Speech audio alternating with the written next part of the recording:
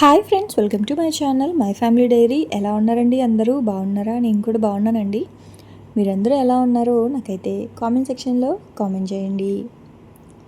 So ఇవాళ వచ్చి early morning vlog అనమాట. బయట చూసారా మంచు ఎలా ఉందో? సో మామూలుగా మార్చి వచ్చింది అంటే ఎండ రావాలి బాగా, అంటే ఉదయాన్నే 6 గంటలకి సూర్యుడు బాగా వచ్చేస్తాడు. కానీ ఒక 2-3 డేస్ నుంచి ఫుల్ మంచు పడుతుందన్నమాట. నాకు అలా మంచు పడితే, అంటే ఆ పొగ మంచు నాకు చాలా ఇష్టం అండి. ఆ పొగ మంచులో అలా పొలాల్లో తిరగడం, ఒక మంచి కాఫీయో టీయో తాగడం బాగుంటుంది కదా.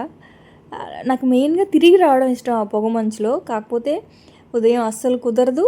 ఒకవేళ కుదిరిన సండే ఏమో లేట్గా లెగుస్తాను. సో ఒకవేళ లేచినప్పుడేమో పొగ మంచు ఉండదు, అలా అవుతూ ఉంటుంది. కానీ ఇవాళ మాత్రం నాకు చాలా నచ్చిందనమాట. సో ఇంకా మళ్ళీ ఇలాంటి పొగ మంచు కావాలి అంటే నెక్స్ట్ ఇయర్ వరకు వెయిట్ చేయాలి.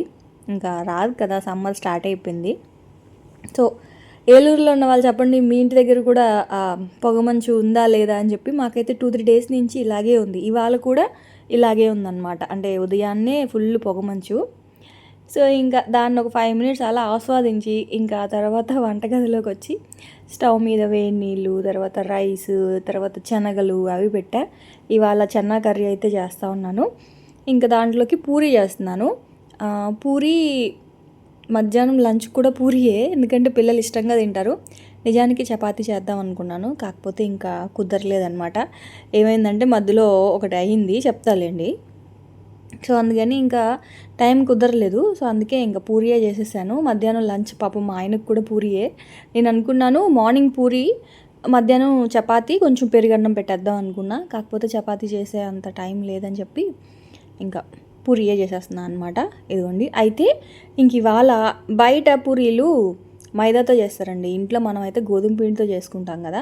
సో బయట తిన్నట్లుగా ఉంటే బాగుంటుంది కదా అని చెప్పి ఇంక ఇవాళ అయితే మైదాతోనే చేశాను. మామూలుగా అయితే ఎప్పుడు గోధుమ పిండి పూరీలే.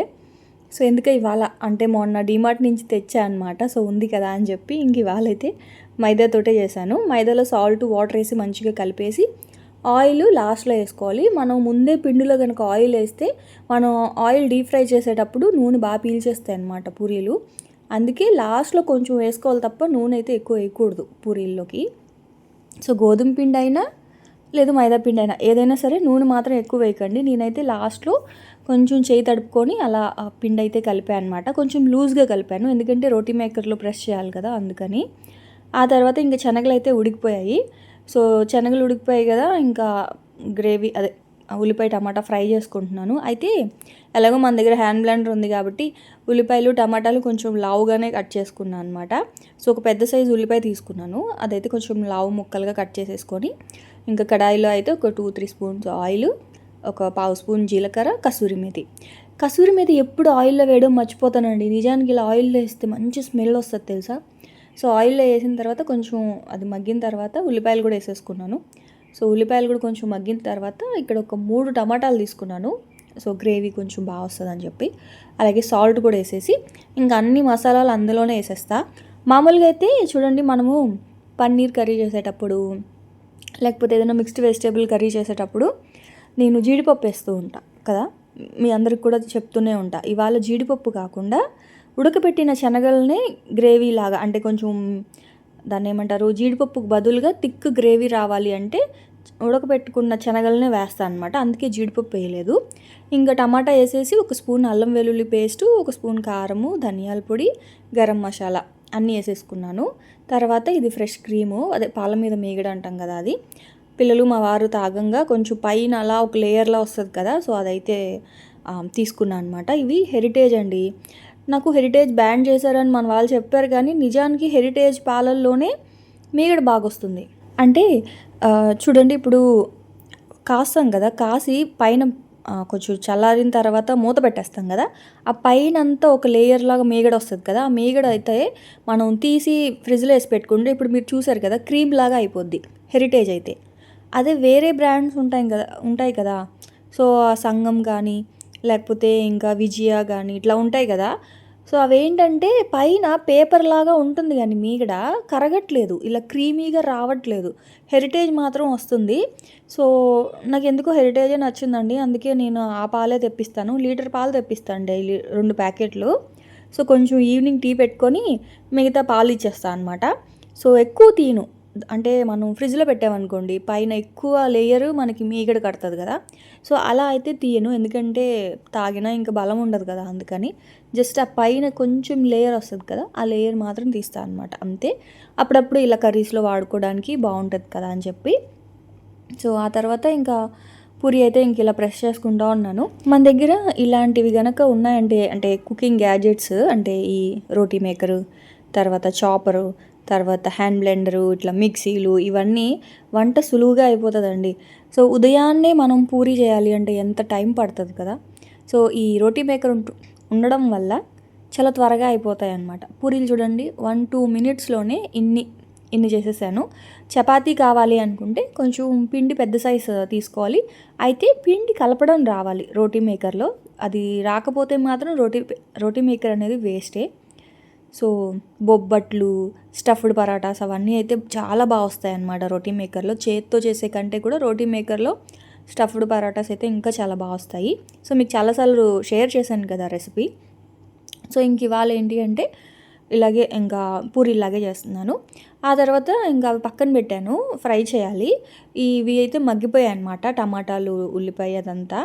అందులోనే కొన్ని ఉడకపెట్టుకున్న శనగలు ఉన్నాయి కదా, సో ఆ శనగల్ని మీరు చూసారు కదా, కొన్ని ఎక్కువ కాదు, ఒక పిడికిడు అనుకోండి, ఒక చిన్న కప్పు. సో కొన్ని శనగలు, ఉడకపెట్టుకున్న శనగలు అందులో వేసేసి, ఇదిగోండి ఇలా కనుక మొత్తం మనం పేస్ట్ చేసేసామనుకోండి, జీడిపప్పు వేయాల్సిన అవసరం ఉండదన్నమాట.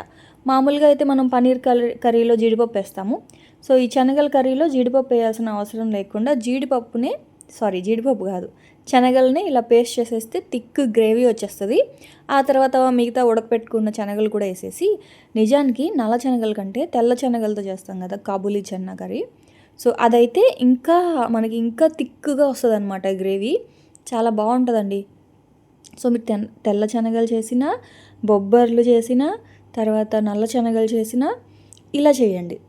మీరు మిక్సీలో హ్యాండ్ బ్లెండర్ అందరి దగ్గర ఉండదు, సో మిక్సీ చేసేసేయండి మొత్తం, టమాటోస్, ఉల్లిపాయ అదంతా చల్లారబెట్టేసి మిక్సీలో ఉడకబెట్టుకున్న కొన్ని శనగలు వేసేసి మొత్తం అంతా మంచిగా పేస్ట్ చేసేసేయండి, మీకు థిక్ గ్రేవీ వస్తుంది అనమాట.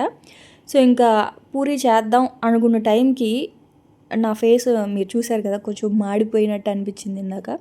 ఏమైందంటే మా పెద్దోడు ఇలా వెళ్తూ అక్కడ సామాన్లు పెట్టుకునే స్టాండ్ ఉంటుంది కదా, ఆ స్టాండ్లో బాటిల్స్ కడిగి పెట్టాను అనమాట. సో దాన్ని నెట్టేశాడు, గాజు సీసా పగిలిపోయిందండి. సో అసలే ఉదయాన్నే ఎంత పని ఉంటుందో, సో అలాంటప్పుడు ఈ గాజు సీసా పగిలిపోయి అక్కడంతా పాపం అప్పటికి వాడు క్లీన్ చేశాడు. నేను చేస్తానురా అంటే, నేను చేస్తానులే అమ్మా అని చెప్పి చీపురుతో తుడిచాడు. అయినా సరే వాడు అంత నీట్గా చేయలేడు కదా, మళ్ళీ నేను వెళ్ళి ఇంకా అవంతా క్లీన్ చేశాను అనమాట. క్లీన్ చేసి ఆ తర్వాత వచ్చి ఇంకా పూరి అయితే కాలుస్తూ ఉన్నాను. పూరి చూసారా ఎంత బాగా ఫ్రై అయిందో, అదే పొంగిందో.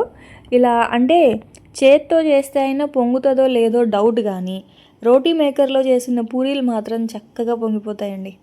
మీరు ఏ గోధుమ పిండి, మైదా పిండి, రాగి పిండి, మీరు ఏ పిండితో చేసిన పూరి అయినా సరే చక్కగా పొంగిపోద్ది. సో మీకు ఖచ్చితంగా 2-3 డేస్లో మీకు అవి కూడా చూపిస్తాను, అంటే రాగి రొట్టెలు కూడా చూపిస్తాను. సో నేను ఎప్పటి నుంచి అనుకుంటున్నాను కానీ మర్చిపోతానే ఉన్నాను అనమాట.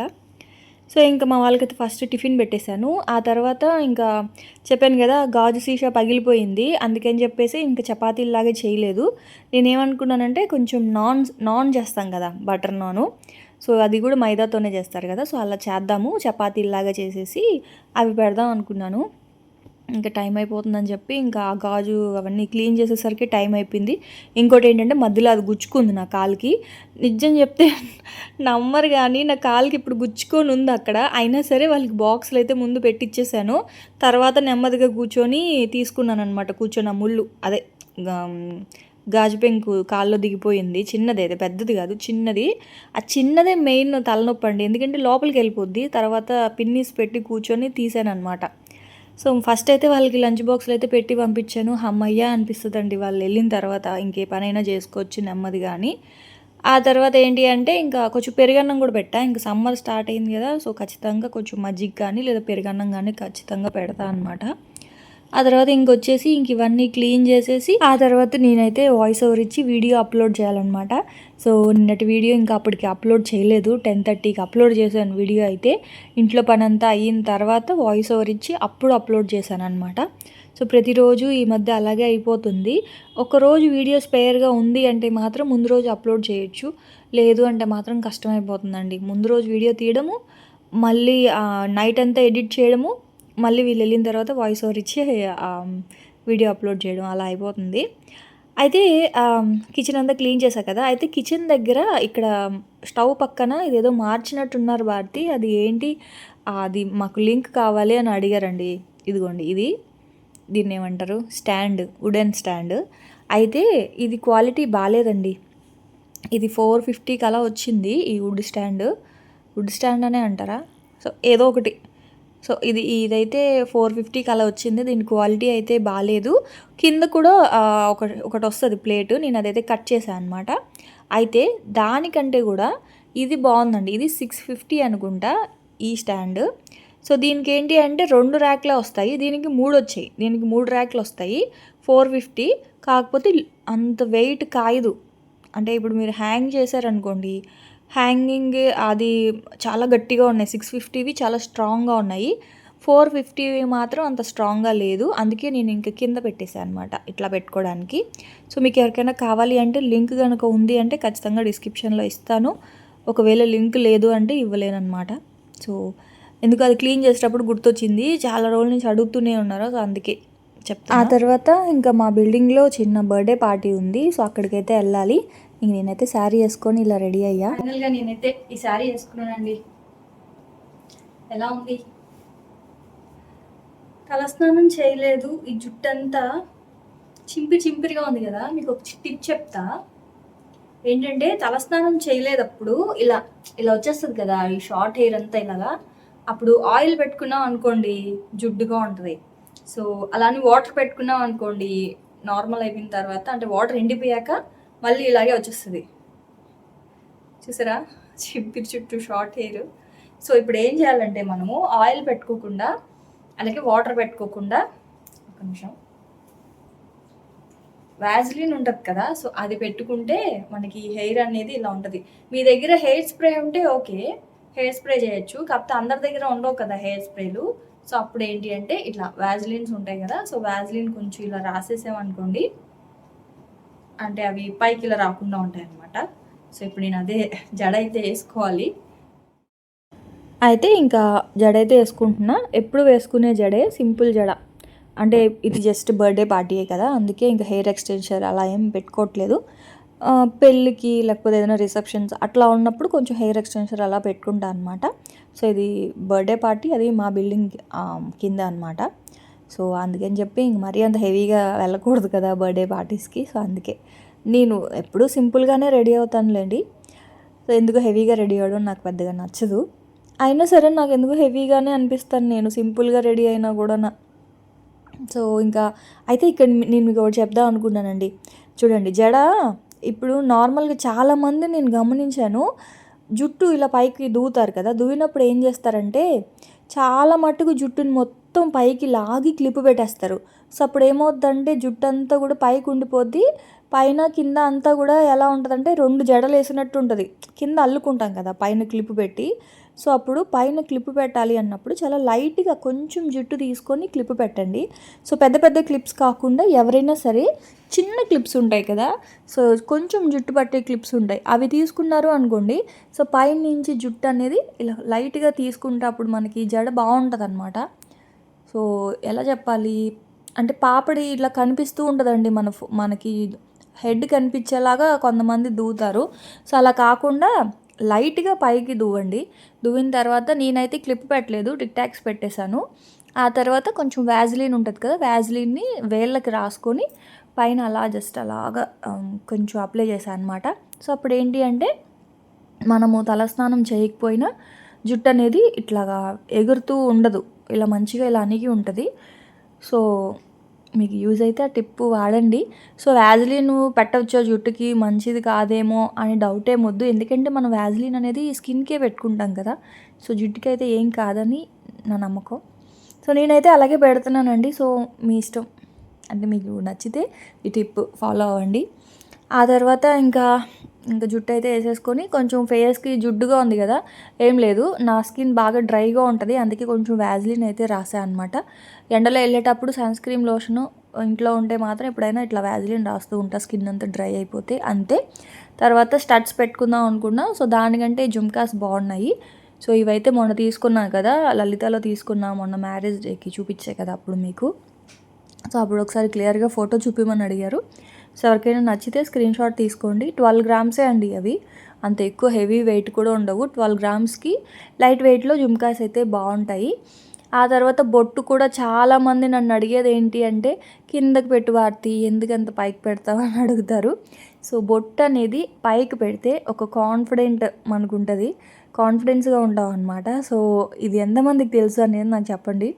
సో కిందకి పెడితే ఏంటి అంటే ఓకే బాగుంటుంది, కానీ స్టిక్కర్ అనేది ఇట్లా కొంచెం పైకి పెట్టడం వల్ల చాలా కాన్ఫిడెన్స్గా ఉంటాం. సో నేను అది చాలా గమనించాను. అందుకే ఇంకోటి ఏంటంటే బాగుంటుంది కూడా అనిపిస్తుంది నాకు. సో అందుకే నేను స్టిక్కర్ అనేది పైకి పెడతా.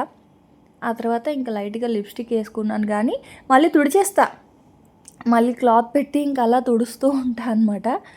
సో ఆ తర్వాత ఇంకా బర్త్డే కదా, అందుకని ఇంకా కింద పెట్టలేదు బొట్టు, పాపట్లో ఒకటే పెట్టుకున్నాను అనమాట. సో ఏదైనా కొంచెం ట్రెడిషనల్ ఫంక్షన్ అయితే కింద కూడా పెట్టుకుంటాను బొట్టు. సో బర్త్డే పార్టీస్, రిసెప్షన్స్ అలాంటి వాటికి కింద పెట్టను, ఓన్లీ నుదుటి మీద పెట్టుకుంటా. సో ఫైనల్గా ఇలా సింపుల్గా రెడీ అయ్యాను. సో ఎలా రెడీ అయ్యాను ఏంటి అనేది చెప్పండి. సింపుల్గా ఉన్నానా, హెవీగా ఉన్నానా, మీరే చెప్పండి. హాయ్ ఫ్రెండ్స్, వచ్చేసాను, అయిపోయింది బర్త్డే పార్టీ. గిఫ్ట్ ఇచ్చారు. ఇలా ఏదైనా గిఫ్ట్ ఇస్తే భలే ఆనందంగా ఉంటుంది కదా. సో ఇలా బాక్సులు బాగుంది. కొంచెం రెస్ట్ తీసుకోవాలండి, కిందకి వెళ్ళి వస్తేనే ఎక్కడికో ఏదో ఊరికి వెళ్ళి వచ్చినట్టు ఉంది నాకైతే. సో వ్లాగ్ కంటిన్యూ చేస్తూ ఉన్నాను. ఇంకా నేనైతే ఇంకా అలా పడుకున్నాను. పడుకున్న వెంటనే ఇంకా ఎలా పడుకున్నానో నాకే తెలీదు, 4:45, 5 అలా అయిపోయింది. ఇంక మా వాళ్ళైతే కాల్ చేశారనమాట, పాలు కావాలా అని చెప్పి. వద్దు ఉన్నాయి, మార్నింగ్ తెప్పించాను బ్లింకిట్లో అని చెప్పి ఇంకా వద్దని చెప్పా. టైం చూస్తే ఇంకా 4:45 అయిపోయింది. సరే అని చెప్పి ఇంకా లేచి టీ పెట్టుకుందాం అంటే వచ్చేస్తారు కదా, ఇంకా రాగానే ఇంకా స్టార్ట్ చేస్తారు ఆకలి అని. ఏం స్నాక్స్ అయితే అంటే ఏం ప్లాన్ చేయలేదు, పడుకునేసాను కదా. సరే పాలు ఇచ్చేద్దాంలే అని చెప్పేసి ఇంకా పాలు అయితే మరగబెడతా ఉన్నా అనమాట. సో ఇదిగోండి హెరిటేజ్ 2 ప్యాకెట్స్ అలా మరగబెట్టి దాంట్లో కొంచెం అయితే టీ పెడతాను, మిగతాది ముగ్గురికి పాలు ఇచ్చేస్తాను అనమాట. అంటే నేను తాగను, నైట్ టైం ఇస్తాను. సో ఇంక ఇవాళ స్నాక్స్ ఏం లేవు కదా, అందుకని పాలు ఇచ్చేద్దాం అనుకున్నా. అయితే ఇంక మా వాళ్ళేమో పాలు ఆకలేస్తుందమ్మా అన్నారు. సరే అని చెప్పి ఇంకా పాలతోటి కొంచెం కీర్ లాగా చేద్దాంలే, అదే పాయసం లాగా చేద్దాంలే అని చెప్పేసి ఫస్ట్ అయితే టీ పెట్టేసా. నా అదృష్టం ఎలా ఉందంటే తల అసలు ఎంత నొప్పి వస్తుందండి, నిదట్లో లేచానా తల చాలా నొప్పి వస్తుంది. టీ పెడితే ఆ టీ ఏమో విరిగిపోయి, ఎందుకు విరిగిపోయాయో అర్థం కావట్లేదు. ఎందుకంటే పాలు బాగానే ఉన్నాయి, పాలు బాగా మరిగిపోయాయి. ఈ టీ ఎందుకు ఇలా మీకు కనిపిస్తుందా చూడండి. ఇంకా బెల్లం వేసానో లేదో విరిగిపోయింది, కానీ ఎప్పుడు టీలో బెల్లమే వేస్తాను. ఇవాళ గిన్నె ప్రాబ్లమా, ఎప్పుడు ఈ గిన్నెలో టీ అయితే పెట్టలేదు, ఈ గిన్నెలో ఈ రసము అలా పెడతా అనమాట. సో టీ అయితే మొత్తానికి విరిగిపోయింది, ఇంకా అదైతే పక్కన పెట్టేసా అనమాట. సరే ఇంకేం చేద్దాంలే, గ్రీన్ టీ తాగేద్దాంలే అన్నారు మా ఆయన. ఇంకా పాలు ఉన్నాయి, కాకపోతే పాలతోటి పిల్లలు ఇంకా ఆకలి అంటున్నారు. పాలు ఒకటే కాదమ్మా మాకు ఏదైనా చేసి పెట్టు అంటే ఇంకేం చేయాలో అర్థం కాల. తర్వాత పాయసం చేద్దాం అనుకున్నాను. అయితే ఈ సేమియాలు ఉన్నాయన్నమాట, సో కునాఫా చేస్తాం కదా, సో కునాఫా చేద్దామని చెప్పేసి ఈ సేమియా ఉంచాను. అయితే సరేలే కొంచెం అయినా తీసి దీంతో కీర్ లాగా చేద్దాంలే, చాలా బాగుంటుందండి కీర్ కూడా దీంతో, సేమియాలతోటి. నార్మల్ సేమియా కంటే కూడా ఈ సన్న సేమియాలతోటి పాయసం అనే అంటాం, కొంతమంది కీర్ అంటారు కానీ మనం పాయసం అనే అంటాం కదా. కాకపోతే ఈ సేమియాతో చేసేదాన్ని కీర్ అనే అంటారులేండి, ఎక్కువ పాలేసి ఎక్కువ డ్రై ఫ్రూట్స్ వేసి చేస్తారు. సో ఇంకా సేమియా అయితే చూడండి ఇలా మంచిగా ఇలా నలిపేసుకోవాలన్నమాట. ఆ తర్వాత ఇంకా పాలు, ఇది 1.5 ప్యాకెట్ పాలు అనమాట. సో ఇంకా పాలు తగ్గినాయి అంటే మళ్ళీ బాగోదు కీర్ అనేది, సో గట్టిగా అయిపోద్ది. అందుకనే ఇంకా గ్రీన్ టీ తాగేసాం, ఇంకా వేరే ఆప్షన్ లేక.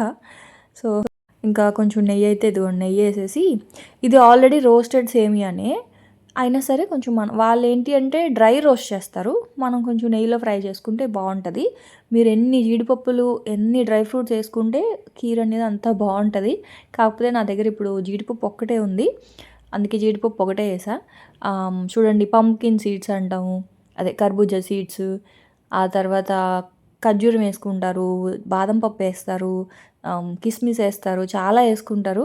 కాకపోతే ఇంకా అవన్నీ ఏం లేవు, అందుకే జీడిపప్పు ఒకటే వేసి ఇంకా సేమియాలు కూడా వేసేసి ఫ్రై చేసుకున్నా.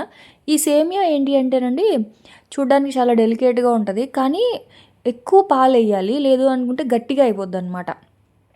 సో ఇంక పాలు వేసిన వెంటనే షుగర్ కూడా వేసేసి ఎక్కువసేపు మరగబెట్టకూడదు, పాలు ఫస్టే మరగబెట్టుకోవాలి. కొంతమంది కండెన్స్డ్ మిల్క్ కూడా వేసుకుంటారు బాగా చిక్కదనం కోసం, కానీ కండెన్స్డ్ మిల్క్ కూడా లేదు, అందుకే పాలని బాగా చిక్కగా మరగబెట్టి వేసేసాను అనమాట. ఇదిగోండి, వేసిన వెంటనే మెత్తబడిపోతాయి అవి. ఇంకా షుగర్ వేసేసి మంచిగా ఇలా కలిపేసి ఆపేయడమే, ఎక్కువ టైం పట్టదు.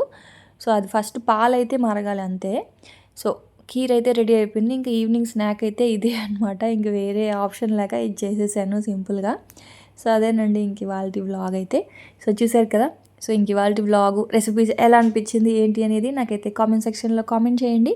నేనైతే రేపటి వ్లాగ్లో మళ్ళీ వచ్చేస్తా, అప్పటి వరకు ఉంటాను. Bye friends, bye.